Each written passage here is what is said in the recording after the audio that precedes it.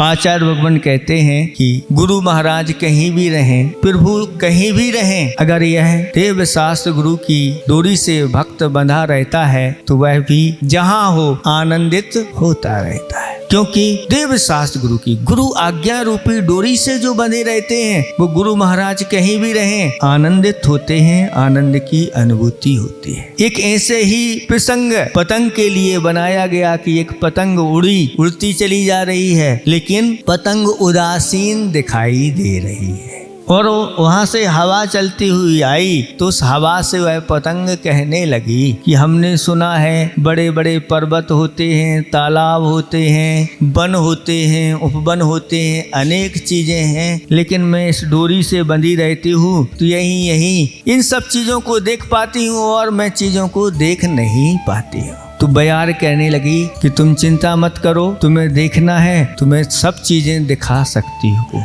और मैं जोर से झटका दूंगी, तुम दूसरी पतंग से भिड़ जाना और फिर स्वतंत्र हो जाओगी डोर से और फिर सब चीजें मैं तुम्हें उड़ा ले जाऊंगी, दिखाऊंगी। और वह बातों में आ गई पतंग बयार की और हुआ यूं पतंग कट गई और उड़ती उड़ती बहुत खुश थी कि अब तो मैं बहुत ऊंचाइयों पे जा रही हूँ। उसने बहुत सारी चीजें देखी, देखते देखते इतने में बादल की टुकड़ी आ गई और जैसे ही बादल की टुकड़ी आई घबराने लगी, अब क्या होगा। बयार से कहा बचाओ, तो बयार कहती अब मैं बचा थोड़ी सकती, अब तो मैं बादलों के साथ जा रही हूँ। और उन बादलों से पानी झरना प्रारंभ हुआ, पतंग पर वह पानी गिरा और पतंग धरती में जाकर के कीचड़ में मिल गई, अस्तित्व समाप्त हो गया। ये उदाहरण दिया गया, ये दृष्टांत दिया गया कि जो सच्चे देव शास्त्र गुरु की डोरी से छूट जाते हैं फिर उनको बचा कोई पा नहीं सकता, लेकिन सच्चे देव शास्त्र गुरु की डोरी से जो बचे रहते हैं दुनिया में कहीं चले जाएं, शास्त्रों में उठा लो कैसे कैसे प्रसंग आए, जंगल में भी जाना पड़ा सम्यक दृष्टि लोगों के लिए, लेकिन अपनी आस्था में कोई कमी नहीं। जंगल में भी वह मंगल हो जाता था, जंगल में भी चमत्कार होते थे, जंगल में भी राजा महाराजा बना दिया जाता था। ये सब चीज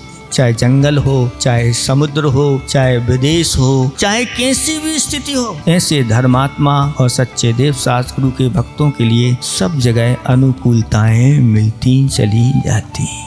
इसलिए सच्चे देव शास्त्र गुरु की डोरी से आप लोग बंधे रहेंगे और ऐसे ही निरंतर पुरुषार्थ करते रहेंगे, अच्छे अच्छे संग आपके यहाँ आते रहें, आप लाभ लेते रहें और ऐसे ही अनुष्ठान करते हुए अपने पापों को भी त्याग की वृत्ति बनाए रखें, क्योंकि ये मनुष्य जीवन बहुत दुर्लभता से मिला है। इसका जो सही सही सदुपयोग कर लेते हैं वो माला माल हो जाते हैं।